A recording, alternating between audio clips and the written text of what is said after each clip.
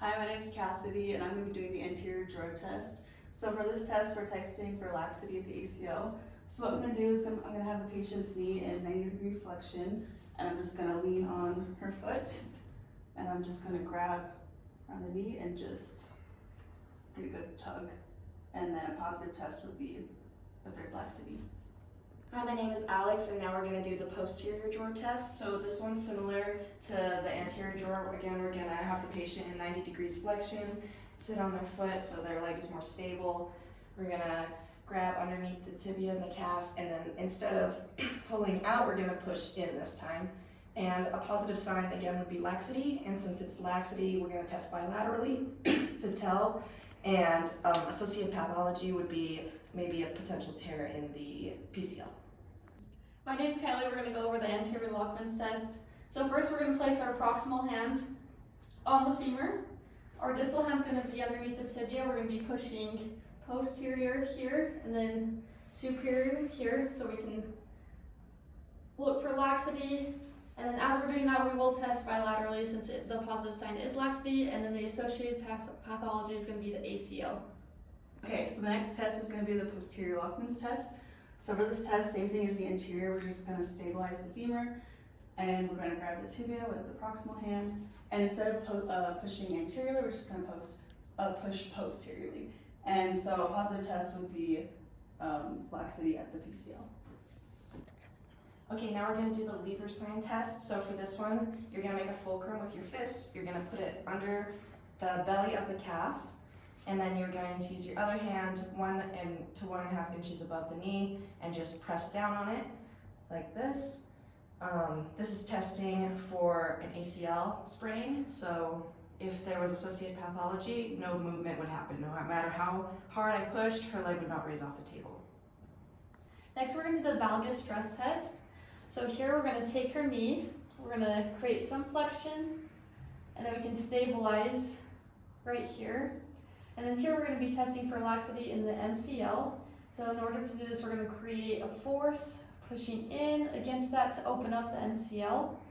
And then again, as we're doing this, the positive sign will be laxity. Okay, so this next test is going to be the Veris test.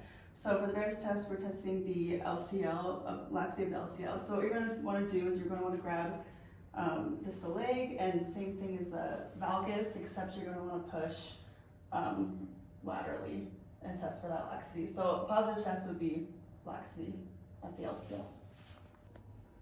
Okay, now we're going to do the Apley's compression test. So for this, we're going to have our patient bend their leg for 90 degrees of flexion.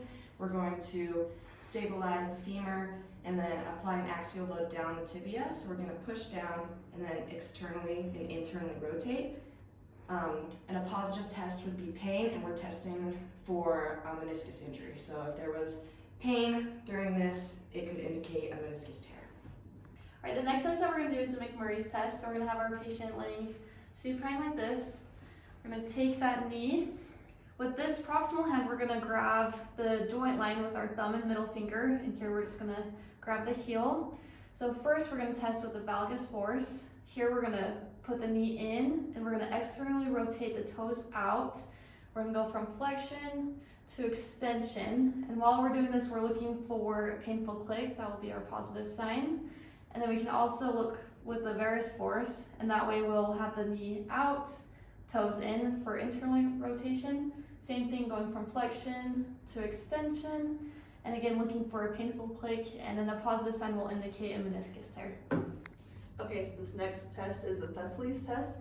So for this test, you're going to have the patient have one foot stabilized and the other foot up, and then this one's going to be about 20 degrees flexion. And so what they're going to do is you can stabilize the patient, and you're going to want them to rotate at their knee, just back and forth a few times, and you're testing for pain of the meniscus.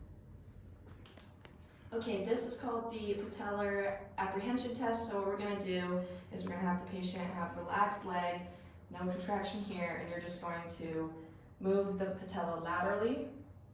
And if the patient was to grimace or indicate apprehension, it would be a positive test. And for this, we're looking for a potential sublux patella.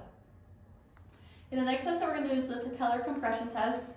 We're going to take our proximal hand, place it about an inch or two above the patella, and then as I'm doing this, I'm going to have our patient contract the quads, and then I'm going to grade a compression. So we'll slowly start compressing, moving that patella superiorly into the trochlear line. As I'm doing this, the positive sign is going to be pain, and then this is looking for PF syndrome or chondromalacia. So this test is the Noble compression test. So you're gonna have the patient laying supine, and what you're gonna want to do is you're going to take their knee and just give it 90-degree flexion, and you want to apply pressure to the lateral condyle. And then as you're applying pressure, you're gonna want to slowly extend their knee. And so a positive test for this would be pain at the IT bay.